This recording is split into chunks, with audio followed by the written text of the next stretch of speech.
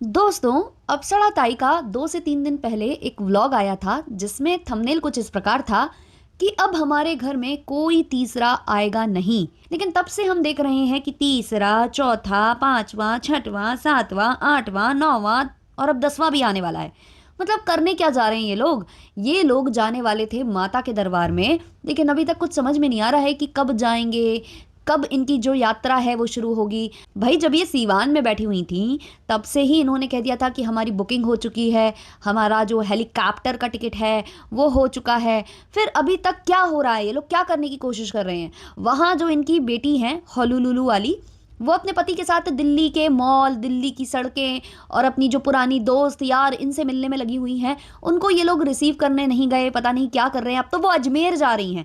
अब अचानक से उनका प्लान बन गया है कि वो अजमेर जाएंगी। और ऐसे ही छोटे कपूत का एकदम से प्लान बना था और माता जी का कि ये लोग मथुरा जाएंगे। अब मथुरा वाला जो प्लान इनका बना था ना, उसमें मुझे थोड़ा सा झोल नजर आ रहा है। मुझे ऐसा लग रहा है कि इनका अचानक प्लान बना था माता के दरबार में जाने के लिए, और उस वक्त जब ये अंबाला आ रहे थे तो इनको टिकट्स नहीं मिल रही थी, तो इन्होंने स्लीपर क्लास बुक करी सीवान से लेकर मथुरा तक के लिए कि स्लीपर में जैसे तैसे हम आ जाएंगे मथुरा और फिर वहां से लप्पू को बुलवा लेंगे। मुझे कुछ ऐसा ही लग रहा है, क्योंकि अगर इनका घूमने फिरने का प्लान होता तो ये घूमते फिरते ऐसे थोड़ी ना, लप्पू हवा में थोड़ी ना चला गया होगा कि लोकेशन भी पता थी कि कहाँ है, मम्मी पापा धमक जाते हैं, चलो उनको लेकर आ जाते हैं। तो मुझे कुछ वैसा सा अब लग रहा है कि ये लोग हर चीज़ को ना घुमा फिरा कर प्रेजेंट करने की कोशिश कर रहे हैं। बात कुछ ऐसी है कि जो सीवान के अंबानीज थे, इनको एसी वेसी वाला टिकट पता नहीं मिला नहीं कि ये कराना नहीं चाहते थे।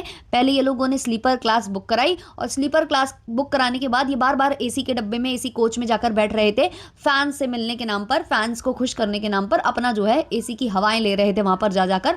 और उसके बाद इन्होंने कहीं का भी कुछ भ्रमण नहीं दिखाया मथुरा में, सीधे ये आधम के लप्पू एंड फैमिली के घर। और वहां से जो दीदी जी हैं वो भी आई हैं, बहुत ही गंदी कंडीशन में वो भी ट्रेन में आई हैं।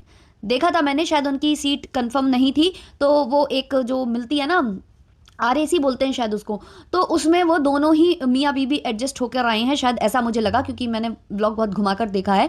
अगर आप लोगों को पता हो तो आप लोग कमेंट सेक्शन में बताना। लेकिन हाँ, मैंने अभी वाला व्लॉग ज़रूर देखा है कि वो अब अजमेर जा रही हैं। अब अजमेर अचानक से माता के दरबार में जाते जाते इनको अजमेर की याद कहाँ से आ गई। देखो, अजमेर जाना या वहां पर दर्शन करने जाना या जो भी करने जाना, मत्था टेकने जाना, कोई बुरी बात नहीं है, आप जाओ। लेकिन आप लोगों के प्लान्स एकदम से ऐसे क्यों शूम शाम करके चेंज हो रहे हैं। और इनके घर में एक के बाद एक, एक के बाद एक कोई ना कोई आया जा रहा है। अभी लप्पी की खुशी का बिल्कुल कोई ठिकाना नहीं है, क्योंकि लप्पी का जो देवर प्रेम है वो फिर से जाग गया है। जो एक है ना खोहित, जो बहुत ज़्यादा अच्छा डांस वांस करता है, और लप्पी उसके संग जो है घूंघटवा में घुटन कर रही थी, उसकी फिर से जो है आगमन हो गया है इनके अम्बाला वाले घर में।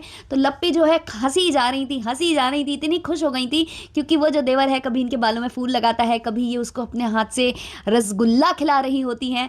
तो उसके साथ अलग ही इनका अटैचमेंट है। पूल में ये जो है उसके साथ इंजॉय कर रही थी। हालांकि तब और भी लोग थे, हम ये नहीं कहेंगे अकेले उसके साथ, लेकिन उसके साथ खुश बहुत रहती हैं लप्पी, क्योंकि लप्पी को भी नाचना बड़ा पसंद है और वो तो है ही, है ना, बॉन्ड डांसर।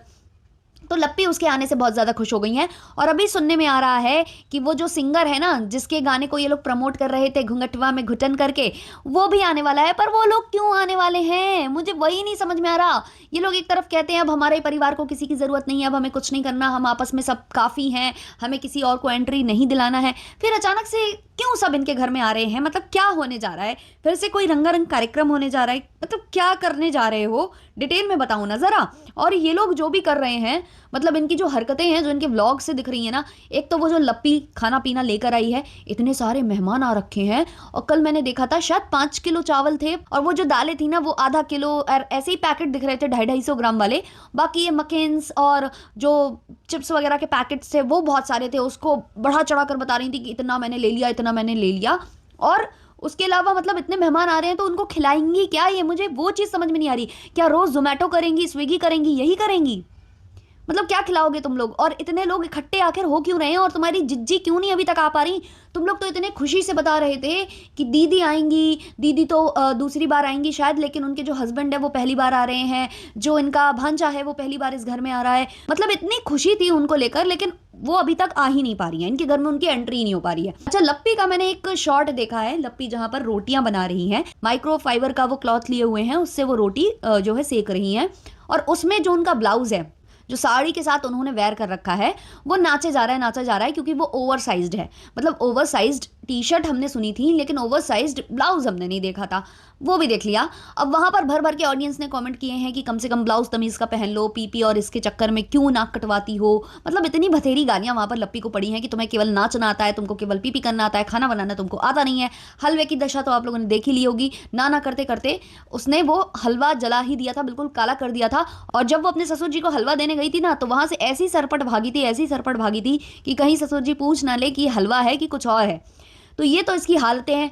तो ये जो रोटी है वो सेक रही थी उससे, चलो भाई हमने देखा, काफी लोगों ने वहां पर बोला कि या तो कॉटन का क्लॉथ ले लो, या तो फिर वो मलमल का कपड़ा आता है वो ले लो, इससे मत करो, लोगों को नुकसान करेगा, लोगों को तुम बीमारी दे दोगी, फलाना ढिमाका। लोग काफी कमेंट कर रहे थे और स्पेशली इनके ब्लाउज को लेकर तो बहुत ही वाहियात कमेंट्स वहां पर थे। कुछ कमेंट्स अगर आप चाहो तो मैं पढ़ ही देती हूँ यहाँ पर। किसी ने कमेंट किया है, लग रहा है किसी ने पुतले को ब्लाउज पहना दिया है। एक और कमेंट है, इसको अच्छे से कपड़े पहनना नहीं आता है और कितनी बार बताने के बाद में भी ऐसा ही करती है। एक और कमेंट है, जिसको हमेशा रील्स पर ध्यान रहेगा उसको काम में मन कैसे लगेगा। एक और कमेंट है, स्लैब पे रोटी कौन बेलता है, एक चकला ले लो उस पे रोटी बेला करो। एक और कमेंट है, ब्लाउज दूसरे का शरीर का पहनी है आप। एक और कमेंट है, कॉटन कपड़ा नहीं है तो जो माइक्रोफाइबर का हैंड टॉवल यूज़ कर रही है। एक और कमेंट है, ये कभी खाना एंजॉय करके कभी नहीं बनाती, हमेशा गुस्से में थकी हुई सी बनाती है। एक और कमेंट है, लप्पी फिटिंग ब्लाउज ही अच्छा लगता है साड़ी के साथ, better get it stitched if it's loose for you. अरे मैडम, उसको इंग्लिश क्या हिंदी ढंग से नहीं आती, आप इंग्लिश में बता रही हैं आप उसको। एक और कमेंट है, एसी लगा किचन में, इतना पैसा है तो मेरे यहाँ तो लगा है एसी। एक और कमेंट है, कैसी गरीब टाइप की लग रही है। एक और कमेंट है, तवा किस काम में यूज़ करते हैं ये भी नहीं पता। एक और कमेंट है, इतना मेकअप, भारी साड़ी और खाना बनाना अजीब नहीं लग रहा है। तो इस तरीके के कमेंट्स वहाँ पर थे और ये जो है उसी टाल के साथ जो है लगी हुई थी रोटियों को फुलाने में। और अगर आपको याद हो कि इनको ये भी नहीं पता है कि किस बर्तन में क्या करना चाहिए। ये जो है कढ़ाई में सुबह सुबह चाय बना रही थी, जब इनकी माता जी पहुंची हुई थी, इनकी सासू माँ पहुंची हुई थी, तो ये कढ़ाई में चाय बना रही थी। इसके अलावा भी वो दूसरे दूसरे बर्तन में कुछ भी कर लेती हैं। आप लोगों ने हमेशा ही देखा है कि जब इनके यहाँ डिट्टो रानी आई थी तो उनकी भी कुछ ऐसी हालत हो गई थी कि वो कढ़ाई में जो है चीला बना रही थी। तो ये इनके घर की स्थिति है। अच्छा, ये जो कपड़ा ये यूज़ कर रही थी रोटी फुलाने के लिए, एक और मेरे सामने रील आई, तब भाई मेरे फ्यूज़ ही उड़ गए। मतलब इन्होंने चाय बनाई थी, चाय बनाकर ये सर्व करने जा रही थी, तो जो कप्स हैं उनमें चाय लग जाती है कोने कोने, पता नहीं कैसी लगती है कुछ लोगों को जिनको छानना नहीं आता है या जिनका ध्यान कैमरे पर होगा तो ऑब्वियसली वो गिरेगी, और गिरेगी तो वो किनारे किनारे लग जाती है। तो कप में चाय लग चुकी थी, उसको साफ़ करने के लिए यही सेम कपड़ा लप्पी यूज़ कर रही थी। लप्पी कप से चाय को साफ़ कर रही थी उसी कपड़े के साथ, और उसी कपड़े से सुबह में रोटी बना रही थी। तो ये है हमारी लप्पी। और कुछ तो पता नहीं क्या रंगारंग कार्यक्रम इनका होने वाला है, क्योंकि एक रील भी सामने आई है जहाँ ये सेम जो सूट पहनकर घूम रही थी लप्पी, जो कि पीपी करती घूम रही थी रेड कलर का, उस सूट के साथ वो सैलून पहुँच गई हैं और अपनी हेयर स्टाइलिंग करा रही हैं। तो हेयर स्टाइलिंग कराने का क्या कारण था, क्योंकि अभी तो मुझे नहीं लगता कि ये लोग माता के दरबार के लिए निकलने वाले हैं, क्योंकि इनकी दीदी ही जब अजमेर जा रही हैं तो जब वो लौट कर आएंगी सब साथ में ही जाएंगे, तो वो अभी तक आई नहीं है, तो ये लोग कैसे जाएंगे वैष्णो देवी जी के मंदिर के लिए निकलेंगे। तो मुझे लग रहा है कि इनके घर में कुछ तो कार्यक्रम है या फिर से कोई इवेंट आ गया है जहाँ ये जाने वाली हैं, तो हेयर स्ट्रेट वगैरह ये कराने पहुँच गई हैं, क्योंकि लप्पी परमानेंट स्ट्रेट तो कराती नहीं है, और जब कुछ कहीं जाना आना होता है तो फिर स्ट्रेट करा लेती हैं और झल्ली सी घूमती रहती हैं, एकदम झल्ली। मतलब इनसे ज़्यादा मेंटेन अगर कोई इनके घर में रहता है तो वो माता जी रहती हैं, ये एकदम झल्ली रहती हैं। अच्छा, माता जी अपने एक व्लॉग में बोल रही थी, व्लॉग था कि लाइव था, यार बहुत कुछ देख लेती हूँ तो मुझे याद नहीं रहता कि व्लॉग है लाइव है क्या है, बस मेरे पास जो जो आया है मैं सब पर बात कर देती हूँ। तो माता जी ये बोल रही थी कि हम दोनों बहुओं के टैटू बनवाएंगे, क्योंकि ये जो सावन का महीना है इसमें लोग काफ़ी ज़्यादा बनवाते हैं, तो हम दोनों बहुओं के टैटू बनवाएंगे और पैसे हम देंगे। ये माता जी बोल रही थी कि पैसे हम दे देंगे, क्योंकि 8-10 हज़ार की शॉपिंग लप्पू करा कर आया था, बेडशीट वगैरह सब यहाँ से खरीदी जा रही है, सीवान वाले घर के लिए भी, तो वो खरीद के लप्पू लाया था। तो माता जी बोल रही है कि टैटू के पैसे हम देंगे अपनी दोनों बहुओं के, और लप्पू से बोलती हैं कि तुम भी लप्पी के नाम का टैटू अपने हाथ में करवाओगे। लप्पू साफ मुकर जाता है कि मैं नहीं करवाऊंगा।